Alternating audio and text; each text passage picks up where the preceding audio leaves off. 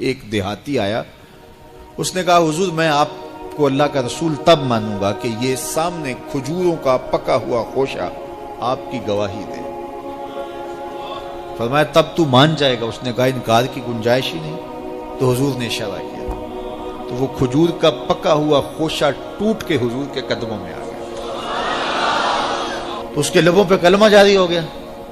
اب وہ ٹوٹی ہوئی کھجوریں جو معجزے سے حضور نے توڑی تھیں اس صحابی کی جھولی میں ڈال دیتے یا صحابہ کو بانٹ دیتے، وہ فخر کرتے ہم نے حضور کے ہاتھوں سے یوں توڑی ہوئی کھجوریں کھائی۔ یہ بڑی بات ہوتی، اعزاز ہوتا، لیکن حضور جانتے تھے قرب قیامت میں کمانوں سے نکلے ہوئے تیروں کے رخ موڑ دیے جائیں گے۔ اللہ اکبر۔ تو حضور علیہ الصلوۃ والسلام نے کہا کہ مان لیا؟ اس نے کہا جی میں مان گیا۔ وہ یہ بھی کہہ سکتا تھا کہ ہوا کا تیز جھونکا آیا اور اتفاق ایسا ہو گیا، جس آج کل لوگ بات کرتے تو وہ ٹوٹ کے گر گیا۔ تو حضور نے اس کھجور کے گچھے سے مخاطب ہو کے کہا تجھے جس کام کے لیے بلایا تھا وہ ہو گیا، اب واپس جا کے جڑ بھی جا۔ صرف توڑنا نہیں جانتے، جوڑنا بھی جانتے۔ اللہ اکبر۔ تو ہر دور کا فخر میرے حضور کا کوئی نہ کوئی معجزہ توڑتا ہوا دکھائی، لیکن دو دور حضور کے بڑے اہم دور تھے۔ ایک جب حضور تشریف لائے تو یہ زبان و بیان کے عروج کا دور تھا، تو سب سے بڑا معجزہ قرآن دیا گیا، اور دوسرا میرے حضور کا اہم ترین دور قرب قیامت کا ہے، اور قرب قیامت میں انسانی عروج کی کہانیاں سننے میں آنی تھی، اور سائنس کا ارتقاء ہونا تھا، اور لوگوں نے اپالو 11 کے ذریعے چاند پر جانے کی بات کرنی تھی۔ اللہ کے محبوب کو دوسرا بڑا معجزہ معراج دیا گیا کہ سائنسدان الٹی چھلانگیں بھی لگاتے رہیں، میرے محبوب کے وہاں قدم پہنچیں گے جہاں کسی کا خیال بھی نہیں پہنچ سکتا، جہاں کسی کا تصور بھی نہیں پہنچ سکتا، وہاں میرے حضور کے قدم پہنچے۔ باقی رہی بات چاند پہ جانے کی، تو لوگ چاند پہ جا کے فخر کرتے ہیں، میرے حضور تو چاند کو قدموں میں بلا کر بھی فخر نہیں کرتے۔ چاند پر پہنچ جانا حقیقت صحیح، چاند قدموں میں لانا بڑی بات ہے۔ اور دوسری بات، لوگ چاند پہ گئے تو انسانیت کے لیے کیا لائے؟ وہ کہتے تھوڑی سی مٹی اٹھا لائے تھے، یہ چاند کی مٹی ہے۔ تو زمین پہ مٹی پہلے تھوڑی تھی کہ اور آگے خاک ڈال دی چاند کی۔ آج چاند پہ گئے بھی تو انسانیت کے لیے کیا لائے؟ اور حضور گئے تو امت کی بخشش کا مجدہ جاں فضا لے کے آئے۔ حضور گئے تو بندگی کا شعور امت کے لیے لائے، اور لوگوں کو بتایا کہ اس کی حضور بندگی کرو، پیشانی سجدے میں رکھو گے، الصلاۃ معراج المومنین، تمہارا نماز کے لیے جھک جانا تمہارا معراج کہلائے گا، تمہارا عروج اور بانک پن کہلائے گا۔ تو ہر دور کا کوئی نہ کوئی بانک پن ہوتا ہے۔ تو قرب قیامت میں سائنسی ارتقاء کی کہانیاں ہم نے دیکھنی تھی، لوگوں نے چاند پہ جانے کی باتیں کرنی تھی، مریخ کے سفر کی تیاریاں ہونی تھی، تو اللہ تعالیٰ نے اپنے محبوب کو دوسرا بڑا معجزہ معراج دیا کہ سائنسدان الٹی چھلانگیں بھی لگائے، لیکن وہاں ان کا تخیل بھی نہیں پہنچ سکتا جہاں محمد عربی کے قدم پہنچ گئے۔ کوئی حد ہے ان کے عروج کی، بلغ العلاب کمال، وہ ان بلندیوں تک پہنچے جہاں کسی کا تصور بھی نہیں جا سکتا۔ ڈٹھے ورق قرآن دے پول سارے، تیری شان جیا نہیں کوئی ہور ڈٹھا، تیری شان دا کرے مقابلہ جڑا انہوں عاشقاں اصلی چور ڈٹھا۔ کوئی نور آکھے کوئی بشر آکھے، پیندا رات دنے ایہو شور ڈٹھا، اللہ والیاں گل مکا دیتی تساں ہور ڈٹھا اساں ہور ڈٹھا۔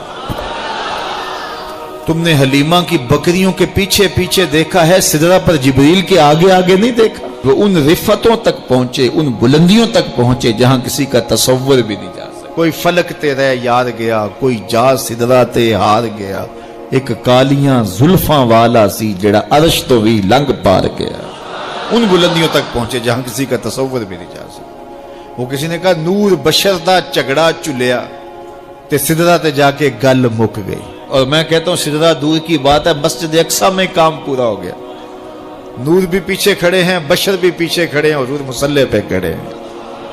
سدرہ میں آ کے گل مک گئی، نہیں میں کہتا ہوں مسجد اقصی میں گل مک گئی، اس سے بھی پیچھے آ جاؤ، میں کہتا ہوں امی ہانی کے گھر میں گل مک گئی. بشر تے چادر تان کے ستا نور چمے پیا تلیاں. بشر تے چادر تان کے ستا نور چمے پیا تلیاں. جس دی خاطر سجیاں ہویاں نے عرش بری دیاں گلیاں.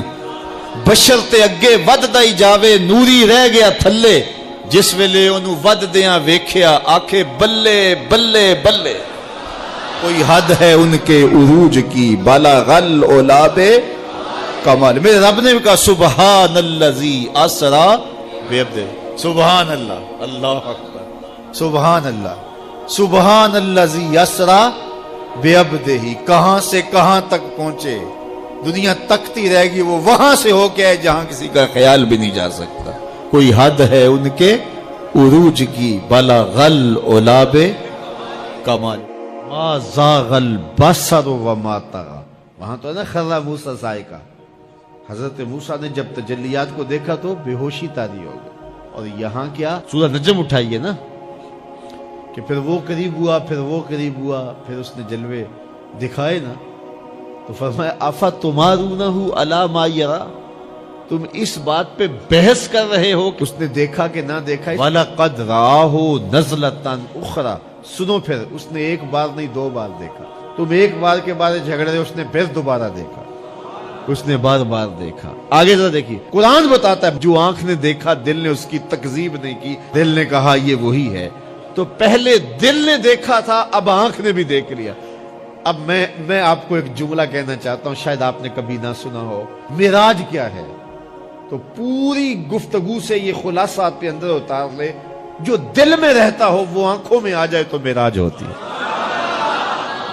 جو دل میں رہتا ہو, درد بن کے رہتا ہو, جس کی اڈیک ہو, جس کی آس ہو, جس کی امید ہو, جس کے لیے تڑپ ہو, جس کے لیے بے چینیاں ہوں, جس کے لیے اضطراب ہو, جس کو دعاؤں میں مانگا جائے, جس کو تمناؤں میں طلب کیا جائے, جس کے لیے منتیں مانی جائیں, جس کے لیے وظیفے پڑھے جائیں, جو دل میں رہتا ہو جب آنکھوں کے سامنے آ جائے تو صحیح تو معراج کہتے ہیں.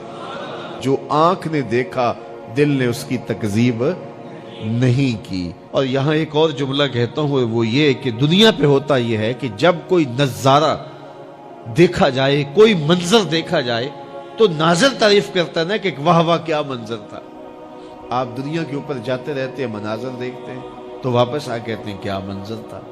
یہ گرمی چمکنے والی ہے, لوگ شمالی علاقہ جات میں جائیں گے تو واپسی آ کے بتائیں گے کیا منظر تھا, خوب پہاڑ تھے, کوساروں کا رنگ کیا خوبصورت تھا, پھوٹتے جھرنے, بہتی ندیاں, کیا رنگ تھا یار, کیا موسم تھا, کیا خنکی تھی, کیا جمال تھا.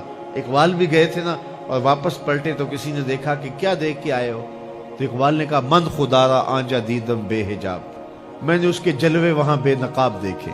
تو جب کوئی نظر منظر کو دیکھتی ہے تو پھر تعریف تو کرتی ہے نا. تو یہی ہوتا ہے نا کہ نظر منظر کی تعریف کرتی ہے, لیکن معراج کی شب پہلی بار ایسا ہوا جب حضور کی نظر نے اس منظر کو دیکھا تو منظر پکارنے لگا ما زاغ البصر وما طغى. واہ واہ کیسی آنکھ ہے, نہ جھپکتی ہے نہ حد سے آگے گزرتی ہے. یہ پہلا موقع تھا منظر نے نظر کی تعریف کی. تو حضرت موسیٰ تقاضۂ رویت کرتے ہیں, مالک میں دیکھنا چاہتا ہوں. جواب ملتا ہے لن ترانی, تم نہیں دیکھ سکتے. اور یہاں محبوب سوئے ہیں, جبریل حاضر خدمت ہوتے ہیں. پہلے تو کہا کہ کنڈی نہیں کھڑکانی, جبریل تیرے لیے میرا محبوب اٹھ کے دروازہ کھولے. اللہ اکبر. کہا چھت سے سوراخ کرو اور جا کے قدموں میں بیٹھ جاؤ. سوراخ کیا اور وہاں سے گزرے, پھر حضور کے قدموں پہ آئے. محبوب کو اب جگا لوں, کہا نہیں, میرے محبوب کے قدموں پہ ہونٹ رکھ دے. اب جبریل حضور کے قدموں کو چومتے ہیں. یہاں ظہوری صاحب بھی مجھے یاد آئے, اللہ ان کی قبر پہ رحمت نازل کرے. سادہ لہجہ ہے لیکن کتنا دل نشین ہے. بشر تے چادر تان کے ستا, ذرا غور کیجئے, بشر تے چادر تان کے ستا نور چمے پہ تلیاں. ذرا منظر تو تصور میں لائیے.